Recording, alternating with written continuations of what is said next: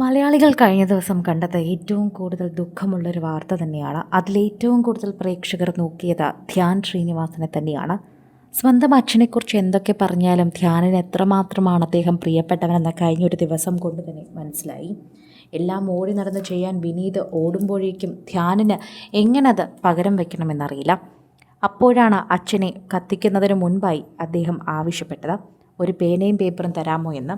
എന്നിട്ട് അച്ഛൻ്റെ പ്രിയപ്പെട്ട സുഹൃത്തായ സത്യനന്ദിക്കാടിൻ്റെ കയ്യിൽ കൊടുത്തിട്ട് എന്നും എല്ലായിടത്തും സ്നേഹം നിരക്കട്ടെ എന്ന് എഴുതി ചേർത്തു.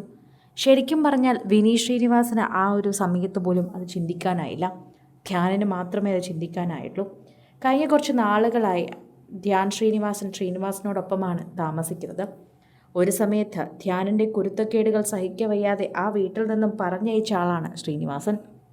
പലപ്പോഴും പല കാരണങ്ങൾ കൊണ്ട് തന്നെയാണ് ശ്രീനിവാസന് ധ്യാനിനോട് ദേഷ്യം തോന്നിയിട്ടുണ്ടാകുന്നത്.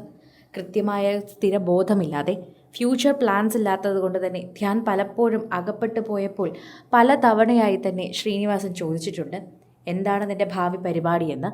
എന്നാൽ ഭാവി പരിപാടിയെക്കുറിച്ചൊന്നും തന്നെ പറയാതെയായിരുന്നു ഉണ്ടായിരുന്നത്. ധ്യാൻ കഴിഞ്ഞ ദിവസം ഒന്നും തന്നെ ആരോടും ഒന്നും സംസാരിച്ചിട്ടില്ല. അച്ഛൻ്റെ അന്ത്യോപചാര കർമ്മങ്ങളൊക്കെ കഴിഞ്ഞ് മുറിക്കകത്ത് കയറി കഥ കടയ്ക്കുകയായിരുന്നു.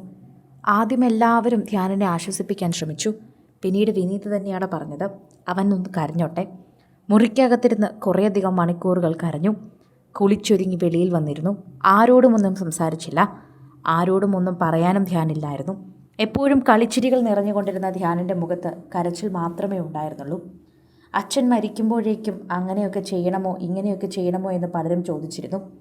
മുഖ്യമന്ത്രി വന്നപ്പോൾ പോലും ഇരുന്നിടത്ത് നിന്ന് എഴുന്നേറ്റില്ല എന്ന് പറയുന്നുണ്ട്. ശരിക്കും പറഞ്ഞാൽ ആ ഒരു അവസ്ഥയിൽ ആർക്കും എഴുന്നേൽക്കാൻ പോലും സാധിക്കില്ല. ആര് വന്നപ്പോഴും ധ്യാൻ അവിടെ നിന്ന് എഴുന്നേറ്റില്ല. ആരോടും ഒന്നും സംസാരിച്ചില്ല. അത് ധിക്കാരമോ അഹങ്കാരമോ ഒന്നുമല്ല, മറിച്ച് ദേഹവും ശരീരവുമൊക്കെ മരവിച്ചു പോകുന്നൊരവസ്ഥയിലൂടെ കടന്നു പോകുന്നത് കൊണ്ടാണ്. അതിനെതിരെ കടുത്ത വിമർശനമൊക്കെയായി പാർട്ടിക്കാരൊക്കെ നിരവധി പേർ വന്നിരുന്നു. എന്നാൽ സാധാരണ മനുഷ്യർ അതിന് മറുപടി നൽകുന്നുണ്ട്. ആ മരിച്ചു കിടക്കുന്നത് അദ്ദേഹത്തിൻ്റെ അച്ഛനാണ്. ഏതു മുഖ്യമന്ത്രി വന്നാലും ദൈവം തമ്പുരാൻ വന്നാലും അവിടെ നിന്ന് എഴുന്നേൽക്കാൻ പറ്റുമെന്ന് തോന്നുന്നില്ല. ആർക്കും എഴുന്നേൽക്കാൻ സാധിക്കില്ല. ഇന്നലെ മുതൽ ധ്യാൻ കരഞ്ഞുകൊണ്ടാണ് ഇരിക്കുന്നത്. വിനീത് പിന്നെയും കരച്ചിൽ അടക്കി പിടിക്കുന്നുണ്ട്. എല്ലാവരോടും സംസാരിക്കുന്നുണ്ട്. ധ്യാൻ ആരോടും സംസാരിച്ചിട്ടില്ല. ആരുടെ മുഖത്ത് നോക്കിയിട്ടില്ല. മുഖ്യമന്ത്രി വന്നാലും ആര് വന്നാലും അദ്ദേഹത്തിന് അവിടെ നിന്ന് എഴുന്നേൽക്കാൻ പറ്റുമെന്ന് തോന്നുന്നില്ല. മുഖ്യമന്ത്രിയാണ് എന്നൊക്കെ അദ്ദേഹത്തിനറിയാം. അദ്ദേഹത്തിൻ്റെ അച്ഛനാണ് അവിടെ മരിച്ചു കിടക്കുന്നത്. അതിലോളം വലുത് ഒന്നുമില്ല, അതിനപ്പുറം ഒന്നുമില്ല. ഇതാണ് കൃത്യമായി തന്നെ എല്ലാവരും ധ്യാനിനെക്കുറിച്ച് പറയുന്നത്. പ്രേക്ഷകരൊക്കെ തന്നെയും ഇതിനെക്കുറിച്ചുള്ള കാര്യങ്ങളൊക്കെ തന്നെ പറയുന്നുണ്ട്. സോഷ്യൽ മീഡിയയിൽ തന്നെ എല്ലാവരും ഇതിനെക്കുറിച്ച് ഏറ്റെടുക്കുന്നുണ്ട്. ആരാധകരെല്ലാവരും ഇപ്പോൾ ധ്യാനിനോടൊപ്പം തന്നെയാണ്. മുഖ്യമന്ത്രി വന്ന് എഴുന്നേറ്റ് നിന്നില്ല എന്ന് പറഞ്ഞാൽ ചെറുപ്പക്കാരനെ ഒരിക്കലും കുറ്റം പറയാൻ സാധിക്കില്ല. അവൻ്റെ അച്ഛനാണ് അവിടെ മരിച്ചു കിടക്കുന്നത്. അവനോളം വേദന ആർക്കും ആ ലോകത്തില്ല.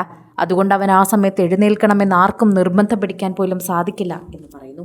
സിനിമ, ഫാഷൻ, ലൈഫ് സ്റ്റൈൽ വാർത്തകൾക്കായി മലയാളി ലൈഫ് സബ്സ്ക്രൈബ് ചെയ്യൂ. ലേറ്റസ്റ്റ് അപ്ഡേറ്റ്സിനായി ബെൽ ബട്ടണും അമർത്തുക.